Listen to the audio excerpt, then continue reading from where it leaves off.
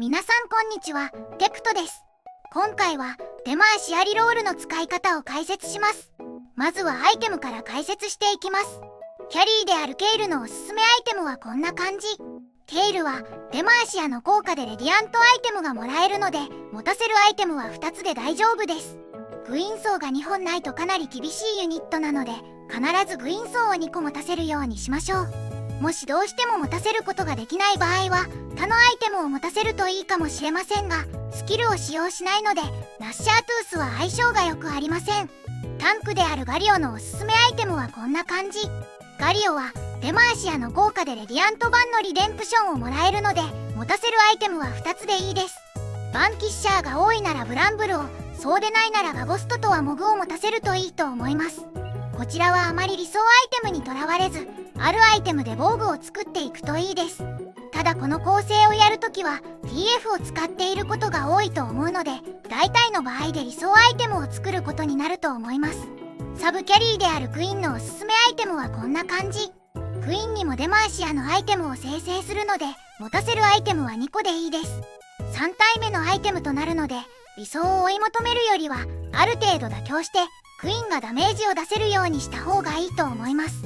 敵の後衛から攻撃したりするので、ジャイスレはそんなに相性が良くなく、 AD の上がらないガードブレーカーもそんなに相性が良くありません。サブタンクである J4 のおすすめアイテムはこんな感じ。 J4 には回復阻害であるサンファイアかモレロを持たせるようにしましょう。スキルの範囲が広いので、モレロでも十分に回復阻害を巻くことができます。あとはプロテクターもかなりおすすめで、プロテクターは初期マナが45もあるので、これを持たせると J4 がスキルを発動させやすくなります。ガリオなどの他のデマーシアと違い、J4 にはデマーシアアイテムを生成しないので、3つアイテムを持たせてしまって大丈夫です。では次は進行について解説します。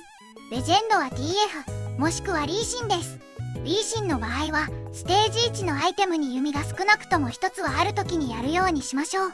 TF の方が決め打ちができるので、初心者は TF でやるといいと思います。このガイドは初心者向けに TF を使うことを前提として解説していきますのでご了承ください。ステージ2の1のオーグメントは TF のものを取ってください。アイテムの要求値が高いので他のオーグメントは無視して大丈夫です。そしてステージ2の6までデマーシア以外の駒は売り、可能な限り利子を取ってください。利子の範囲内でイラオイも買っておくとガリオのアイテムをイラオイに持たせておけるので覚えておきましょう。ステージ2の7ではモンスターに負けてしまわないようにショップに並んでいる適当な駒を買えます。もしそれでも勝てなそうな場合はレベルを5に上げてしまっても大丈夫です。負けるとダメージを食らいますし、アイテムがもらえなかったりするので確実に勝つようにしましょう。ステージ3の1では50ゴールドキープしながらリロールします。ステージ3の2のオーグメントは基本的に TF 以外のものを取ってください。特にヒーリングオーブがとても相性がいいので、見かけたら必ず取るようにしましょう。ステージ3の2ではレベルを上げずに50ゴールドまでリロールします。この時イラオイが星1でかつガリオの星2まであと1体の場合は多めにリロールして星2を狙ってもいいです。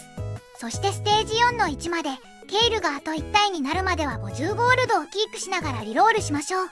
ケイルがあと1体で星3になる場合はオールインし、ケイルの星3を作り、そしてレベルを6に上げてください。ケイルはレベル6で敵の魔法防御を下げられるようになるので、ここで一気にパワースパイクを作り勝っていくことが大事になります。ステージ4の1ではケイルが星3になっていない場合、ゴールドを全て使いケイルを星3にしましょう。ついでにポッピーも星3にできるといいですが、ポッピーの星3は必須ではありません。なのでケイルが星3にできたらレベルを6に上げましょう。レベルを6に上げた時、クイーンとソナが星2になっていなくてクイーンやソナがリーチしている場合はさらにお金を使って星2にしてください。ここでパワースパイクを作らないとケイルの賞味期限が先に来てしまい勝てなくなってしまいます。ただし所持金が10ゴールド切ってまでリロールするのは良くないので、切ってしまいそうな場合は次のラウンドまでリロールは待った方がいいかもしれません。ステージ4の2の TF のオーグメントより優先するオーグメントは全てのレアリティでヒーリングオーブ、彼方の友、サイバネティックバルク、シルバーだとレッドバフ、ゴールドだとデマーシアのクレスト、ペトリサイトの加勢、先進、戦の旋風、敵押しで、伝染病。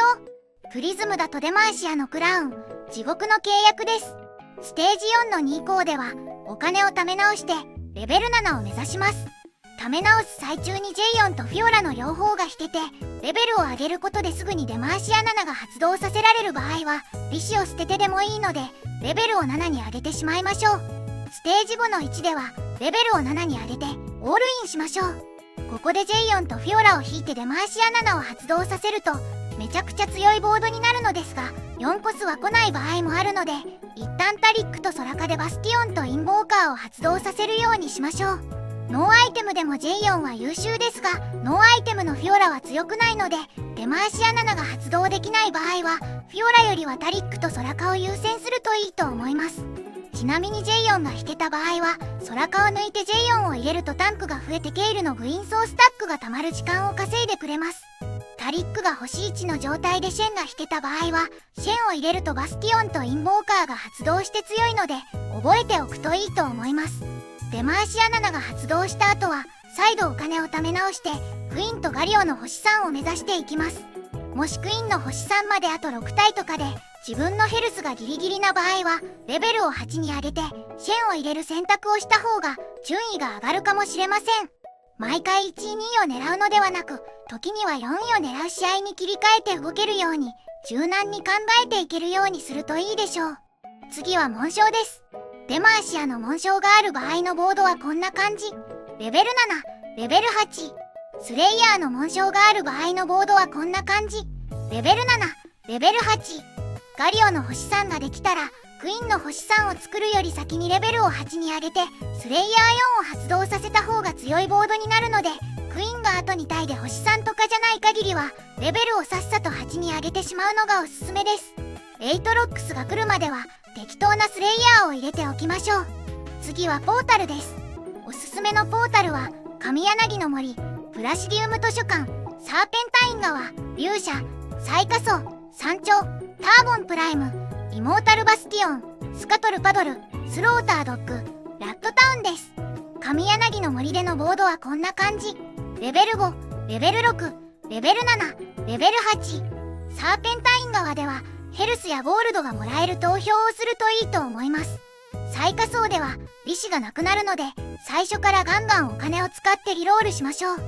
スカトルパドルではスカトルがこちらのユニットを殴らないので、ステージ1を1体で戦うことができます。1コス1体で戦うと、ステージ1の3の時点で20ゴールド確保できるので、他のユニットを全て売り払って、ボードに1体だけ出すようにしましょう。以上で解説を終わります。お疲れ様でした。もしこの動画が役に立ったと感じたなら、高評価とチャンネル登録をお願いします。